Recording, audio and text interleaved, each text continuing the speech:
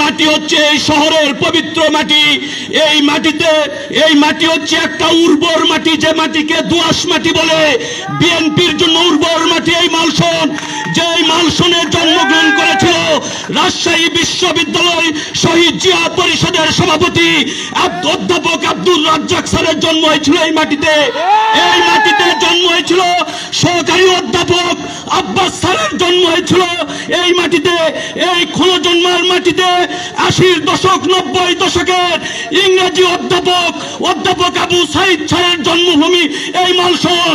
এই মালসনে জন্ম হয়েছিল যে স্যারের হাতে পিটুন না খেলে, মার না খেলে ইংরেজি নাকি শিখা যেত না।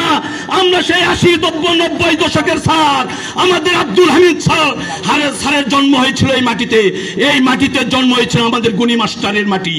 এই মাটি ছিল 1975 সালের 17 নভেম্বরের পর শহীদ জিয়াউর রহমান যখন ক্ষমতা এসেছিলেন, তখন এই মাটিতে সমস্ত মুসলিম লীগের নেতৃত্ব ছিল এই মালসন এলাকা থেকে। তারা শহীদ জিয়াউর রহমানের বিএনপির পতাকা তলে ঐক্যবদ্ধ হয়ে এই মালসনকে তরতর করে ভোটের একক আধিপত্য করেছিল।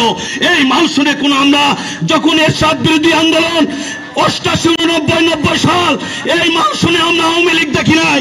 এই আওয়ামী লীগ তখন বলতো এই মালসনে শ্রমিক লীগের নেতা আলাউদ্দিন ভাইয়ের বাড়ি আর আমাদের মকবুল ভাই টিএক্সআর মকবুল ভাইয়ের বাড়ি আওয়ামী লীগ।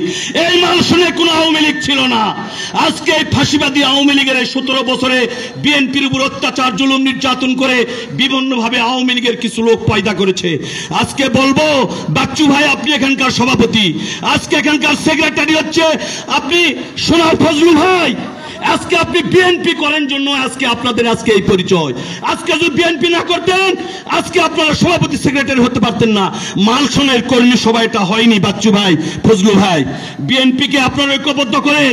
একটি কথা মনে রাখবেন, আওয়ামী লীগ 96 সালের 12 জুন আওয়ামী লীগ আসার পর এই গ্রামে কোনো আওয়ামী লীগের উপর বিএনপি কোনো অত্যাচার করেনি, কারো বিরুদ্ধে মামলা দেয় নাই। কিন্তু আজকে শুধু এই গ্রামে বিএনপির আধিপত্য থাকার কারণে আপনি বাচ্চু ভাই বছরের পর বছর কোটের বারান্দায় ঘুরলেন। ফজলু ভাই আপনার এক ঠ্যাং খোঁড়া ন্যাংরাতে কোটের বারান্দায় গেলেন। আমি যখন তারা সান্তাহার খালির পুল থেকে পুলিশের ধারা খেয়ে তারাপুরের ভিতর দিয়ে হালালিয়ার ভিতর দিয়ে যখন আমি ইয়েতে যাচ্ছিলাম চণ্ডীপুরের দিকে, যাই দেখি এই মালসনের স্বপন হালালিয়া হাটের চাটার উপর শুয়ে আছে। ওই রাস্তাতে যখন যাই তখন দিলদার আলম জুয়েলের সাথে আমার দেখা। এই হচ্ছে ঘটনা। আজকে আপনারা কোথায়?